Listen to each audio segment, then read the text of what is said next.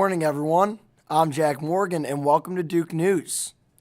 This Saturday, it's one of the biggest days in the recent history of Pittsburgh, as College Game Day will be hosted in Pittsburgh at Acrisure Stadium as the Pitt Panthers are getting ready to take on the Notre Dame Fighting Irish.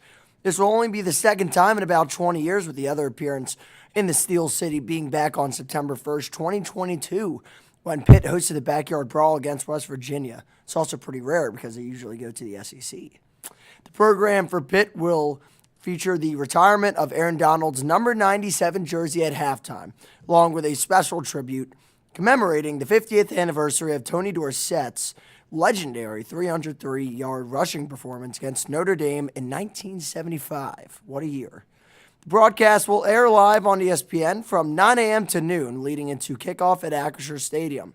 Fans are encouraged to arrive early and take part in the National Showcase, celebrating college football's best atmosphere on the North Shore. If you want a chance to see a once-in-a-while event, make sure to get up early and get out to Acrisure Stadium early to enjoy the show and the festivities. Now, next Friday is the last week to donate to the Turkey Drive. Make Thanksgiving Day a festive occasion for many families in need. Your donation will help them reach their goal of providing turkeys for 200 families, and the student organization that donates the most money will win $200. It only costs $30 to sponsor a family. Donations can be made at the center, located at 302 Student Union. For more information, call 412-396-1117. Now for this week's News at the Night Spot.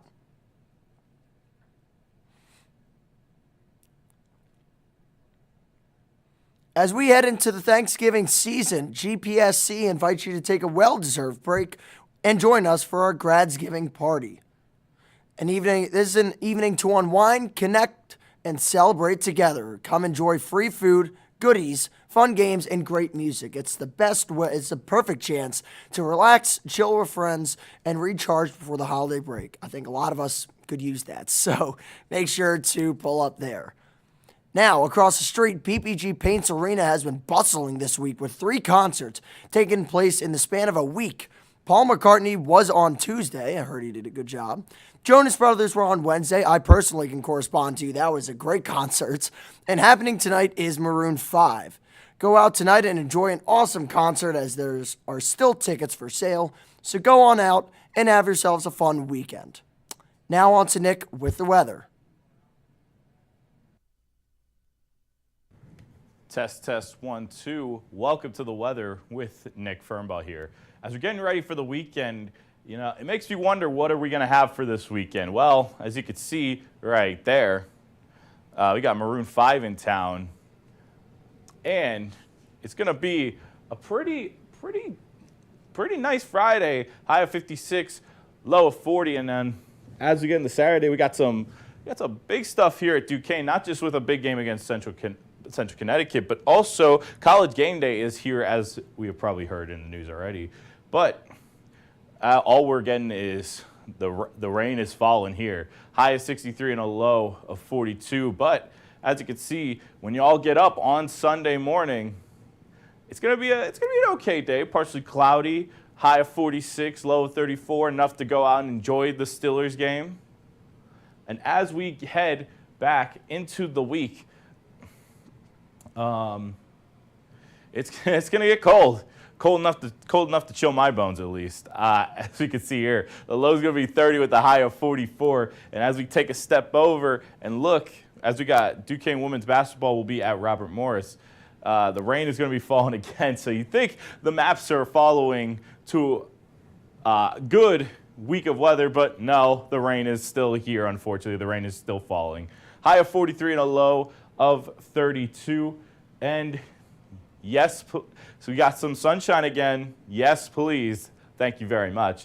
As we're getting a high of 48 and a low of 34. As we're starting to get closer to Thanksgiving, you can all tell it's starting to get a little colder.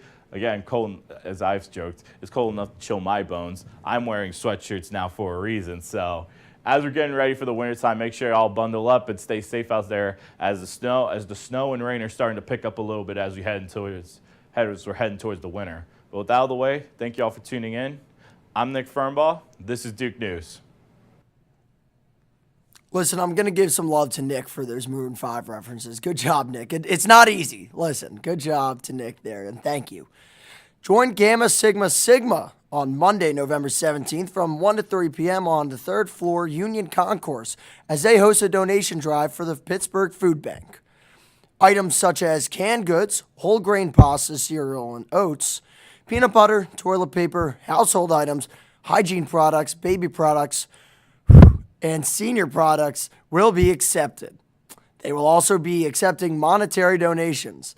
Card, cash, and mobile pay will be accepted. This is your chance to help out a family this Thanksgiving season. On Sunday at 6 p.m., there will be a Mass in the Chapel of the Holy Spirit, followed by a shared meal across the street in the School of Pharmacy Rotunda. Take some time to be able to share some faith and fellowship with peers ahead of the start of a new week. For more questions or information, contact Debbie Kostowski. Get ready to experience the vibrant flavors and creativity of the Caribbean. Join the Caribbean Student Association on Monday from 6:30 to 8:30 for Island Bites and Crafts. This event is an evening filled with delicious island cuisine, fun, crafts, music, and good vibes. Whether you're from the Caribbean or just love the culture, this event is for everyone. Come hungry, bring your creativity, and let's celebrate the warmth and color of the islands together. Now on to sports. Duquesne men's basketball team, hey, they're off to a perfect 3-0 start. They took down Niagara and Sacred Heart during their opening week of action. Terrence Skinner, John Hewley IV, and Jimmy Williams are some of the newcomers making a big impact. Terrence Skinner just recently won A10 Under Armour Player of the Week as well, so congratulations to him. Their last game was against Queens, so let's jump into the highlights for that one. Duquesne and Queens getting it underway here in the first half with John Hewley at 27 in this game. Those are 3 of his 27 and 1 to get the crowd going early. And Max Edwards, he helped out a lot with this game. He had 16. Here's a dish off to Hewley and 1 again. Duquesne got out to a good start in the first half. They were up 35-14 at one point and 60-44 at one point in the second half. This lead was blown. Here's a dunk of the night, maybe the play of the night by Dave Dixon. Riles the crowd up. If only there was a reaction cam of me and Nick sitting courtside right there. It was incredible. John Hewley and 1, but Duquesne's offense will go very cold from that point out. Look at it, inside 73. Oh, wow, what happened? Queens has a chance to win. That shot misses. They're going to get another chance. Dixon not able to corral it. Berman for 3 for the game. Nope. We're going to overtime, and in overtime, Duquesne did control this one. There's a floater miss. Jakob Netchis, the Goose, solo, dolo, down the court, puts it in. Duquesne ends up winning this one 87-81, a game they needed to win. They improved to 3-0 on the year. And there you go. That's a big win for the Dukes. They play Villanova tomorrow at 8 p.m. on the road. I will be there, so keep it tuned to DSTV socials for updates on that matchup. The women's basketball team, they're undefeated as well with a 4-0 record. Their unorthodox style of play with full-line substitutions every 2 minutes make them a must-watch at the UPMC Cooper Fieldhouse all season long. Coach Dan Bird has his team playing very well so far this year. They are on the road Tuesday, facing off against Robert Morris, a game that some are calling the county game. Women's soccer and men's soccer concluded their seasons a few weeks ago, and it was the women's team that made the playoffs and hosted Fordham. But after a hard-fought 110-minute battle, they fell in PKs to the Rams. And finally, the women's volleyball team, they're heading to the A10 playoffs. They've won 6 in a row, all were at home, and they are looking to improve their seeding in the playoffs with the final 2 games of the regular season against George Washington on the road. These days, we are all working to try and take care of our health. The Centers for Disease Control and Prevention, the CDC, estimate that 1.8 million U.S. individuals had type 1 diabetes in 2021. Join Access Duquesne from 8 to 10 p.m. on Friday for a World Diabetes Day celebration and to learn about type 1 diabetes. You will be learning about the signs and symptoms of type 1 diabetes, hearing about what it's like to live with it from co-president Hannah Litke, and playing a few games. There will also be a live stream to hear from some celebrities with type 1 diabetes and their experiences. Be sure to wear blue so that you can help spread awareness. Join the Red Maskers for their performance of Jean-Paul Sartre's, sorry if I got that wrong, 1944 existentialist play, No Exit. Performances will be held from November 6th to the 8th and the 13th to the 15th at 8 p.m. and a 2 p.m. matinee on the 8th and 15th at the Genesius Theater.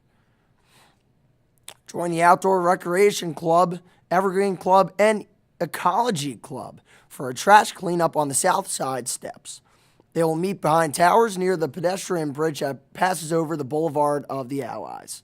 Gloves and trash bags will be provided. All you need to do is just bring yourself.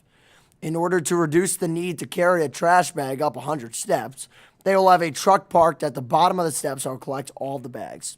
That's a good idea. They will be meeting from 1 to 2:30 p.m. The last 15 minutes or so will be reserved for packing up the stuff and taking the last of the trash to the truck. Now, before we wrap up Duke News this week, we want to take a moment to recognize and honor the life of Maggie Patterson, who is a professor here in the Duquesne Media Department, who passed away at 80 years old this past Monday. Maggie taught both journalism and gender studies courses, chaired the Duquesne University Student Publications Board, and helped to form the Duquesne Media Department. She was also a pioneer for journalism and media here in the Steel City. She advocated for many young journalists, leaving behind a legacy of passion, determination, dedication, and the ability to listen and understand everyone around her.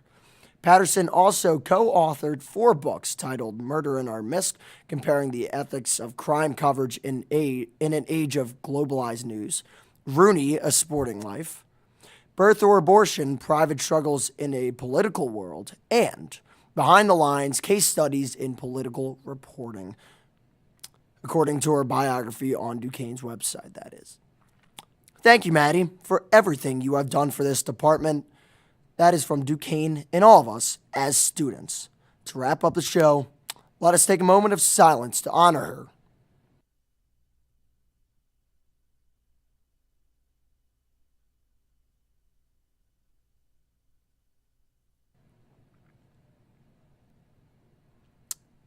Maggie Patterson will be missed. Thank you. That's it for us this week. I'm Jack Morgan, and thank you for tuning in to Duke News. We'll see you next week.